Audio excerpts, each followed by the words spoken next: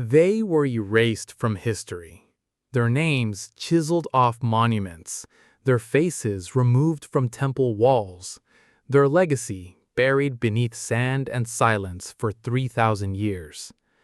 But they once ruled the greatest empire on earth, not as slaves, not as servants, but as pharaohs, kings of kings, and Egypt bowed to them. What you are about to hear is not legend, it is not myth, it is documented history, carved in stone, verified by archaeology, confirmed by ancient texts from Egypt, Assyria, and the Bible itself. Stay until the end because what was hidden from your history books is about to be restored. And if this truth matters to you, subscribe now so that history like this is never buried again. To understand the Black Pharaohs, you must first understand the land that made them. South of Egypt, along the upper reaches of the Nile, lay a civilization that Egypt itself called Ta Seti, the land of the bow.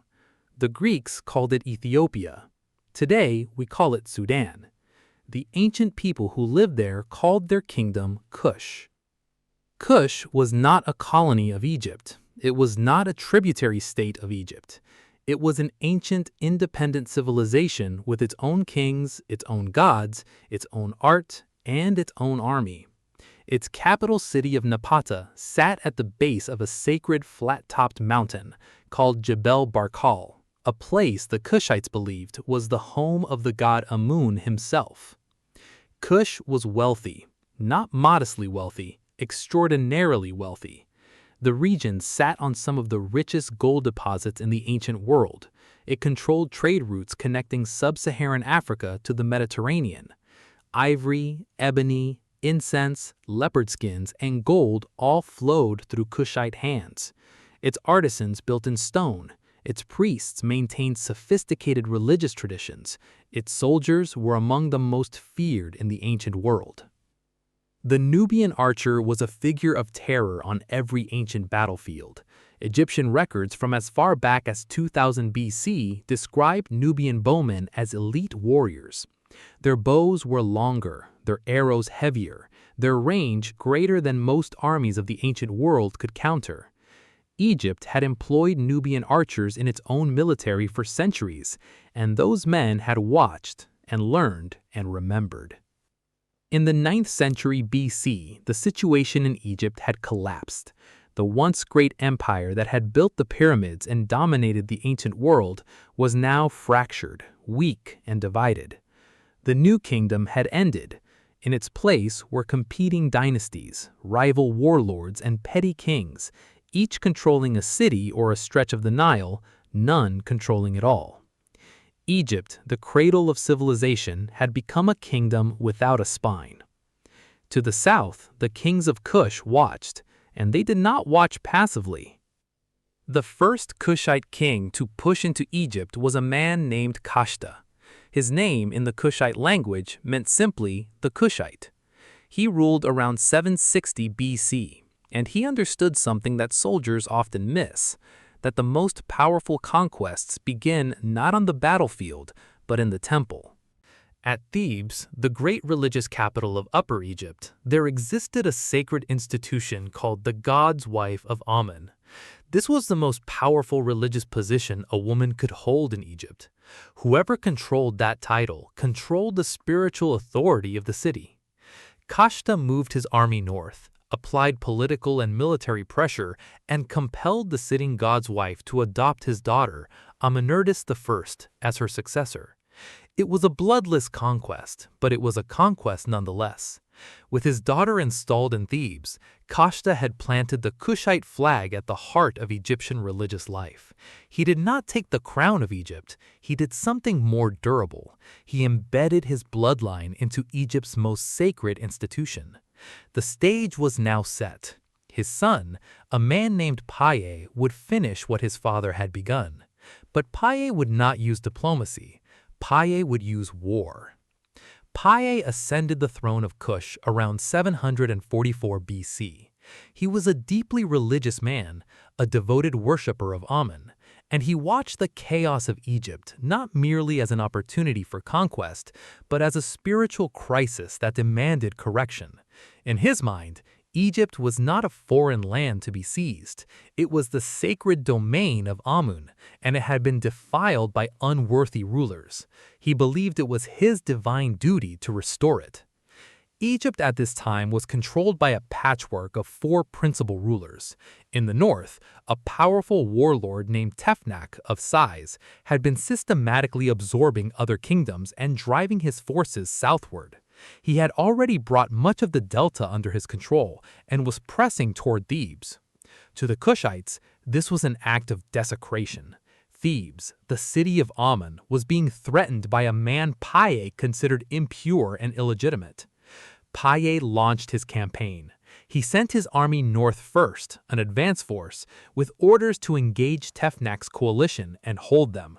Then Paye himself sailed north, stopping first at Thebes to observe the sacred festival of Opet, to pray at the temple of Amun, and to formally present himself not as a conqueror, but as the rightful king restoring divine order. Then the war began in earnest. Paye's forces besieged the city of Hermopolis, held by a rival king named Namlot. The siege was brutal. The city was surrounded, supplies cut off. Weeks passed, then months. When Hermopolis finally surrendered, Paye entered the city, and before he looked at the treasure, before he received the submission of its king, he went directly to the royal stables. He found the horses half-starved. According to his own victory inscription, Paye was enraged, not at the loss of life in the siege, but at the treatment of the horses. He said to Namlot, "It is more grievous to my heart that my horses have suffered hunger than any deed that thou hast done." This was the character of the man, disciplined, religious, and utterly uncompromising in his standards. Next came Memphis, the greatest prize. Memphis was the political capital of Egypt, one of the most fortified cities in the ancient world. Its walls were thick, its garrison large, and it sat at the junction of the Nile Delta, a city that controlled all northern Egypt. Tefnach had reinforced it heavily before retreating north to manage his coalition. Pa assessed the city from the river. His generals advised caution, a long siege. Pa disagreed. He ordered an immediate assault from the water. His soldiers boarded ships and attacked the harbor and the city walls directly, using the boats themselves as mobile siege platforms. Memphis fell within days. The city that had held for centuries against conventional assault was broken by an unconventional mind. One by one, the kings of Egypt came to Pa. They prostrated themselves. They offered tribute. They surrendered their cities. All except Tefnach, who sent envoys from a distance rather than appear in person. All except one other king who was told he could not stand before Pa because he had not been circumcised according to religious custom, and was therefore, by Kushite religious law, impure. Pa accepted their surrenders. He took their treasure. He visited their temples and made offerings, and then, in one of the most remarkable decisions in ancient military history, he returned home to Kush. He did not occupy Egypt. He did not install a Kushite governor. He left it as a subject state and sailed south, back to Napata, apparently content that the mission of Amun had been fulfilled. His account of the entire campaign was carved onto a massive stone stele, the Victory Stele per Pa, written in his own words in the Egyptian language in hieroglyphs. It remains one of the most detailed military accounts to survive from the ancient world. It was discovered in 1862 at Jebel Barkal and is now in the Cairo Museum. It does not read like a brag. It reads like a man reporting a religious duty completed. Pa's restraint, however, was not shared by his successors. When Pa died, his brother Shabaka took the throne of Kush around 716 BC, and Shabaka had no interest in symbolic victory. He marched north, crushed all remaining resistance, and established permanent Kushite rule over all of Egypt. The last independent pharaoh of the 24th dynasty, a man named Bakan-Ranef, known to the Greeks as Bokoris, was captured. Ancient sources record that Shabaka had him burned alive, though some historians debate the precise details of his death. What is not debated is the outcome. For the first time in centuries, Egypt was unified under a single ruler, and that ruler was Kushite. Shabaka ruled from Memphis. He wore the double crown of Upper and Lower Egypt. He was recognized as pharaoh by the priests of Amun, by the temple institutions, by the nobility. He was not a conqueror playing dress-up in borrowed robes. He was the legitimate pharaoh of Egypt by every political, religious, and institutional measure that ancient Egypt recognized. Shabaka made one contribution that historians consider extraordinary. He commissioned the copying of an ancient religious text onto a black granite stone, the Shabaka stone, because the original papyrus was being eaten by worms. That stone, now in the British Museum, preserved a version of the Memphite theology, one of the oldest philosophical and religious texts from the ancient world. A Kushite king saved one of Egypt's oldest texts from oblivion. His successor, Shebetku, continued the dynasty's consolidation and began to navigate the most dangerous geopolitical threat the ancient world had yet produced, a threat rising in the northeast, armored in iron and absolute cruelty. The Assyrian Empire was coming. Taharqa became pharaoh around 690 BC, and by any historical measure, he was the most powerful ruler of his era. His empire stretched from the shores of the Mediterranean to the confluence of the Blue and White Nile, a distance of over 1,500 miles. Egypt and Kush, unified, administered from a single throne. He was mentioned by name in the Bible. His armies were feared from Mesopotamia to the Aegean. In the second book of Kings, chapter 19, the Assyrian king Sennacherib is besieging Jerusalem. The Assyrian commander stands outside the city walls and psychologically terrorizes the population, telling them no god has ever saved a city from Assyria, and their god will not save them either. Then a message arrives. Taharqa, king of Kush and Egypt, is marching to meet him in battle. Sennacherib withdraws. Jerusalem survives. The Bible credits divine intervention. History records that Taharqa's army was the force that made Sennacherib calculate differently. Taharqa's building program was among the most ambitious in the ancient world. He expanded the temple complex at Karnak in Thebes, adding a massive colonnade that still stands today. He built extensively at Kawa and Sanam in Kush. He raised monuments from one end of the Nile Valley to the other. At Nuri, near Napata, he constructed his pyramid, the largest of all the Kushite royal pyramids, rising nearly 40 meters above the desert floor. He built not to impress, but because he genuinely believed in the divine institutions he was serving. Taharqa's Egypt was prosperous. Agricultural records indicate unusually successful flood seasons during his early reign, which ancient Egyptians interpreted as divine favor. His reign of over 20 years represented a period of stability, building, and cultural renaissance that Egypt had not seen in generations. But the Assyrians did not forget. Sennacherib's successor, Esarhaddon, launched a full military invasion of Egypt in 671 BC. The Assyrian army was the most advanced killing machine in the ancient world. Iron weapons, siege technology, cavalry, and a logistical system that could sustain armies across vast distances. Esarhaddon drove south, defeated Taharqa's forces in battle, captured Memphis, wounded Taharqa himself, and took his family, including his son, as prisoners to Assyria. Taharqa retreated south to Thebes, but he did not surrender. Within 2 years, he had regrouped his forces and recaptured Memphis. Esarhaddon died preparing a second invasion. His son, Ashurbanipal, completed it, driving Taharqa south again. Taharqa retreated to Thebes. Ashurbanipal pushed further. Taharqa abandoned Thebes and fell back to Kush. He died in Kush around 664 BC, having fought the greatest military power of the ancient world not once, not twice, but across an entire decade of war. He never stopped fighting. He never formally surrendered. His body was buried in his pyramid at Nuri, surrounded by the tools of kingship, the trappings of a pharaoh, and the records of a man who had held civilization on his shoulders for 26 years. Taharqa's nephew, Tantamani, inherited a broken empire and refused to accept it. Shortly after taking the throne, he marched north in a counteroffensive that stunned the Assyrians. He recaptured Memphis. He was recognized as pharaoh across much of Egypt. His dream stele, discovered at Jebel Barkal, records a vision he believed gave him divine mandate for the reconquest. But Ashurbanipal's response was annihilating. The Assyrian army returned with overwhelming force. Tantamani was driven south. And then the Assyrians did something the ancient world would not forget. They sacked Thebes. Thebes, one of the most magnificent cities in the history of humanity. A city of temples, obelisks, monuments spanning 2,000 years. A city the ancient world called the City of 100 Gates. In 663 BC, the Assyrians looted it, tore apart its temples, and carried its wealth to Nineveh. The Greek poet Nahum records the shock that echoed through the ancient world. Even the Greeks, a century later, still cited the sack of Thebes as the standard measure of total destruction.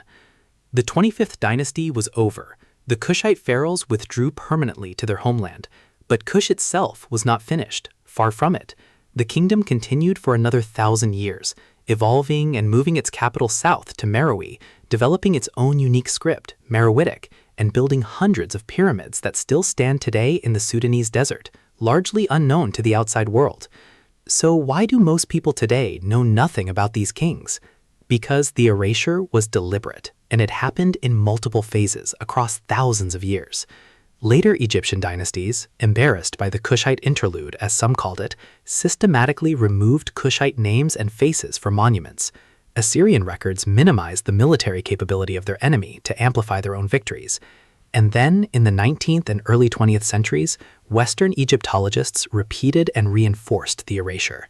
Scholars wrote of the 25th dynasty as an invasion, as a foreign occupation, despite the fact that Kush and Egypt shared a civilization corridor stretching back thousands of years, and despite the fact that the Kushite kings were more devoted to Egyptian religion and tradition than the fractured dynasties they replaced.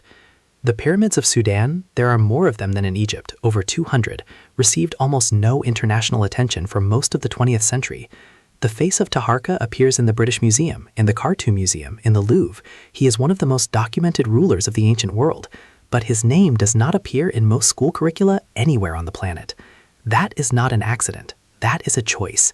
And it is a choice that archaeology, African scholarship, and historical honesty are now beginning to reverse. The legacy of the Black Pharaohs did not die with the fall of Thebes. The Kingdom of Kush continued to flourish for centuries. The Meroitic civilization that followed developed its own unique alphabet, still only partially deciphered today. Its queens, called Kandakes, a title that may be the origin of the name Candace, commanded armies and ruled in their own right. The Kandake, who faced the Roman general Petronius in 24 BC, reportedly negotiated terms from a throne, having already defeated a Roman garrison and taken prisoners. The pyramids of Paye, Shabaka, Taharqa, and Tantamani still stand. Taharqa's pyramid at Nuri, Paye's pyramid at El Kuru, the royal necropolis at Meroe, these are not ruins of a minor people. They are the monuments of an empire that lasted longer than Rome. And the faces, the unmistakable African faces of the Kushite pharaohs, carved in black granite and quartzite, they survived every attempt to erase them. They are in museums in Cairo, London, Paris, Khartoum. They stare forward with the same expression they have held for 27 centuries, unbothered, undefeated, unbroken. They were kings when others claimed there were none, warriors when the world tried to forget them, pharaohs when history tried to erase them, Paye, who conquered Egypt and then walked away, Shabaka, who preserved its ancient wisdom, Taharqa, who faced the greatest army on earth and never stopped fighting, Tantamani, who burned down before he bent. These men were real. Their campaigns are documented. Their monuments stand. Their stories belong to history, not because history was generous enough to give them, but because the evidence was too vast, too carved in stone, too recorded in ancient texts across too many civilizations to be buried forever. Now you know their names, and names like these, they do not die, they echo.